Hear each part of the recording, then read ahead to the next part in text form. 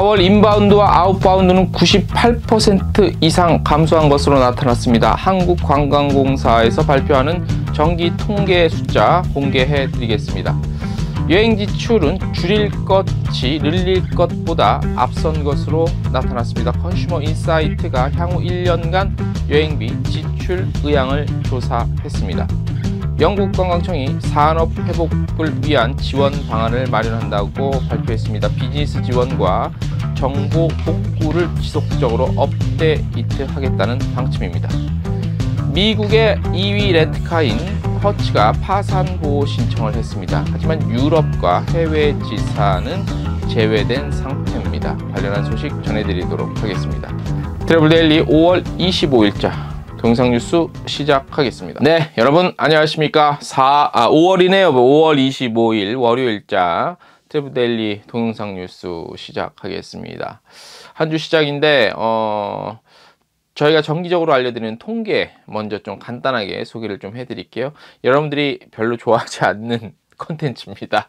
하지만 들으셔야 되고 저희는 알려야 됩니다.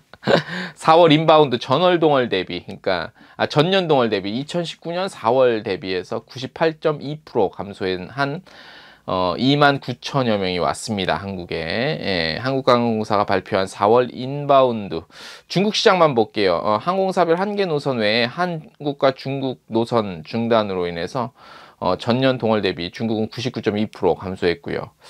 그리고 아웃바운드도 2019년 4월 동기간 같은 기간 전년 동월 대비해서 작년 4월에는요 224만 6천여 명이 나갔거든요. 근데 올해는 98.6% 감소해서 3만 1,425명이 비행기를 타고 4월 한 달 동안 나갔습니다. 주요 국가별로도 있습니다. 중국은 3,900여 명, 일본 360명, 대만 155명, 홍콩 35명, 필리핀 1,000여 명, 뭐 태국, 베트남 있고, 베트남이 많네요. 6,500여 명. 이건 이제 기업 관련한 분들이 갔을 거고, 미국도 6,400여 명으로 많고요. 뭐 캐나다, 러시아 1,200명, 캐나다 400여 명, 뭐 독일 1,000여 명, 뭐 이렇게 갔습니다. 그 다음에는 뭐 한 자리 숫자가 많습니다. 대부분 한 자리 숫자입니다. 호주가 124명 정도, 뉴질랜드가 98명이고, 이거는 의미가 없습니다. 거의 0이라고 봐야 되고요. 98% 이상 감소면 그거 큰 의미 없는 거. 하지만 통계 자료니까 저희가 보도를 좀 해드렸습니다. 자, 두 번째 소식, 요것도 이제 리서치 관련 그 소식인데요. 그 컨슈머 인사이트라는 곳이 있죠. 저희가 주기적으로 발표해드리고 있는데, 국내외 여행을 막론하고 앞으로 1년간 소비자들의 여행 지출을 줄이겠다는 의향이 늘리겠다는 의향을 앞지른, 그러니까 늘리지 않고 줄이겠다는 의견이 많았다는 거예요. 이건 그 초유의 사태라고 해요. 조사 결과 이런 건 처음이라고 하네요. 자, 말씀드린 대로 컨슈머 인사이트에서 매주 수행하는 관련한 조사인데요.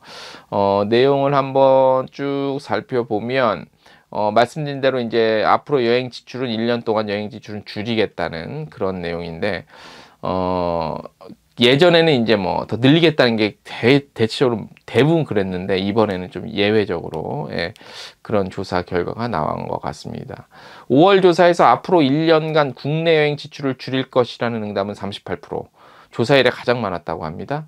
그리고 늘릴 것이라는 응답은 27%에 그쳐서 최저치를 기록했다고 합니다. 근데 사실 30%대 20%대 크게 차이가 나지 않아서 이 조사의 결과에 큰 의미를 의미를 좀 두고 볼 필요가 있나? 라는 것은 조금 신중하게 한번 생각해 볼 필요가 있는 것 같아요.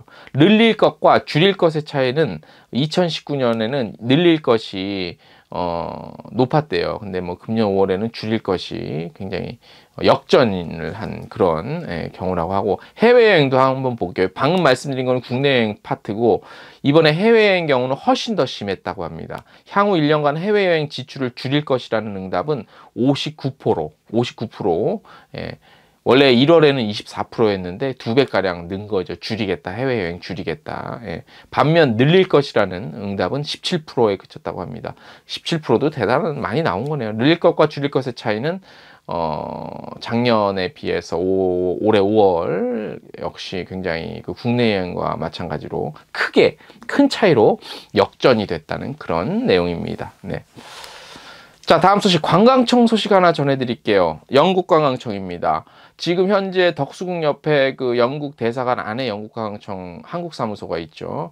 자, 지난 13일자, 5월 13일자로 영국의 봉쇄 조치가 단계적으로 완화되기 시작하면서 잠시 멈췄던 관광산업 회복을 위해 영국 관광청이 방안을 마련했습니다. 야, 어떤 내용이냐면요. 먼저 문화 관련 콘텐츠를 이용해서 적극적인 대응을 통해 영국에 대한 기억을 계속해서 잊지 않도록 유도하고 하겠다고 합니다. 영국 잊지 말아주세요. 예, 요거를 이제 활동을 계속해서 잠시 영국이 머릿속에 잊혀졌던 분들 다시 돌아오게끔 만든다는 얘기입니다. 봉쇄를 해제한 후에 영국 국내에서는 안심 여행을 위해 정부의 공식 지침을 준수하고 방역 절차를 통과한 장소에 대해 품질 인증 마크를 부여하고요. 그 다음에 증명서 발급에 대한 표준 절차를 업계, 여행업계, 관광산업업계와 검토 중에 있다고 합니다. 영국은. 또한 업계에는 그러니까 여행업계 B2B 시장에는요. 정기적인 지침 그리고 비즈니스 지원 및 정보 복구와 여행을 원하는 소비자에게는 여행 상황에 대해 지속적인 정보를 업그레이트해서 제공하고요. 그래서 업계와 고객 모두가 조금 더 안심하고 영국을 여행할 수 있도록 알려나가겠다고 밝혔습니다. 영국 관광청에서는 현재의 상황 그리고 앞으로의 지원 방안과 대응은 기존 업계 대상으로 전송했던 뉴스레터 이메일을 통해서 함께 전송을 해서요.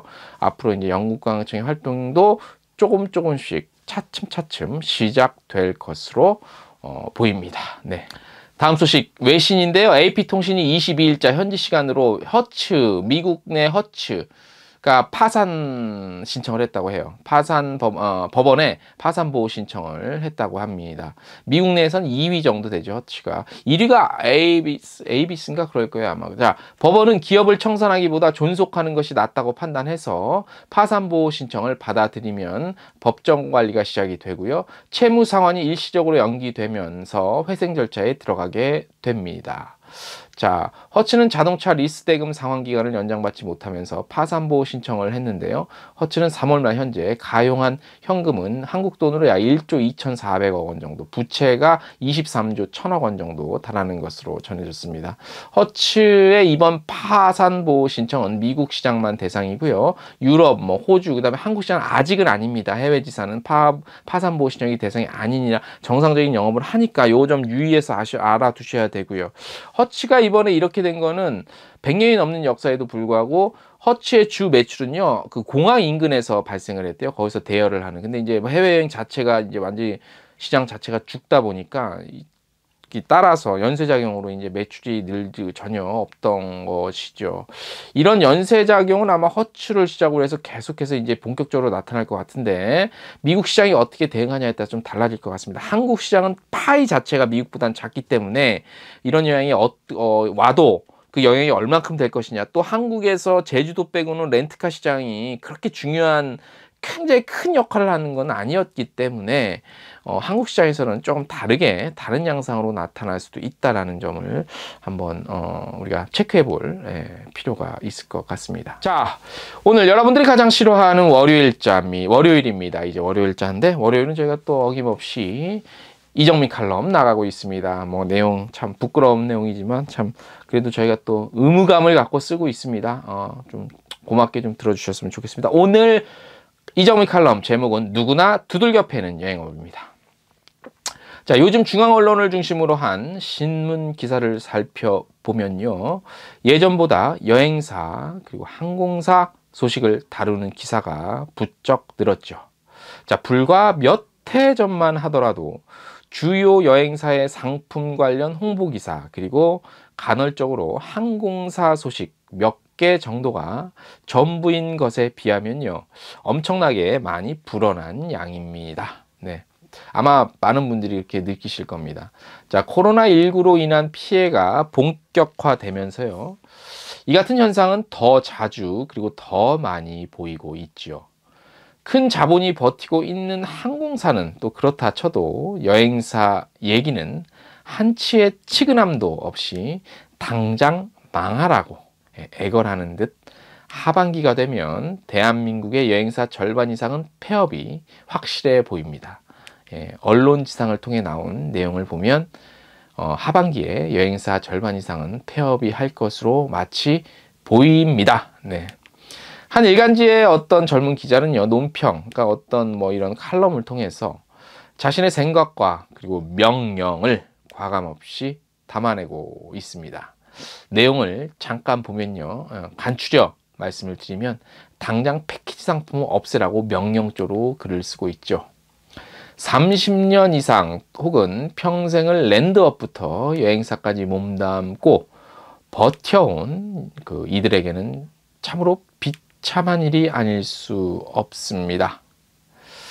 자, 업계 재편이 시작되나 또는 여행사 하루 3개꼴로 문 닫는다. 뭐 이와 같은 기사 제목도 심심치 않게 등장하고 있는 상황입니다. 자, 필자인 저는요, 업계를 너무 우습게 보는 것 같아서 매우 씁쓸할 뿐입니다. 모두가 힘들고 재정적으로 매우 어려운 것은 사실이죠.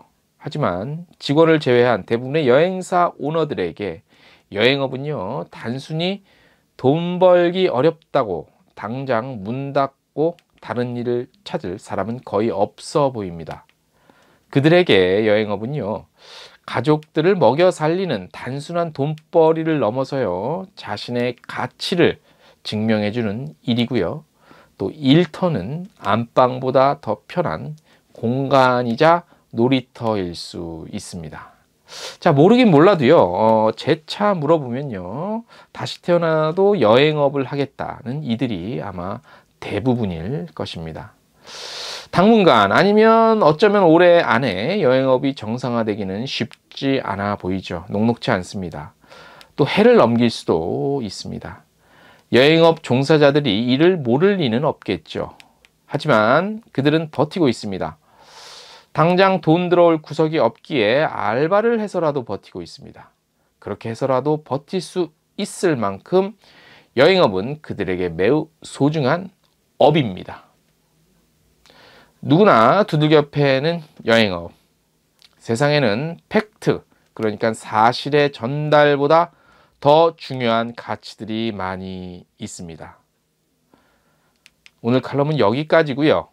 저희가 사족을 좀 달자면요, 앞서 밝힌 팩트는 사실보다는 예상 또는 그들이 바라는 점으로 해두겠습니다. 자, 트래블데일리 5월 25일 월요일자 동영상 뉴스, 오늘 순서는 여기까지 해서 마치겠고요. 자, 한 주간 예전보다 일감이 많이 없지만 미래를 또 준비하고, 그런 의미에서 화이팅 하시고 버티시기 바랍니다. 저희 트래블데일리는 항상 우리 여행업계 여러분들 응원하고 있습니다. 필요한 홍보할 거 있으면 뭐 기사식으로 저희가 드릴 테니까 저희 트래블데일리에 많이 문의해 주시기 바랍니다. 오늘 순서 여기까지입니다. 안녕!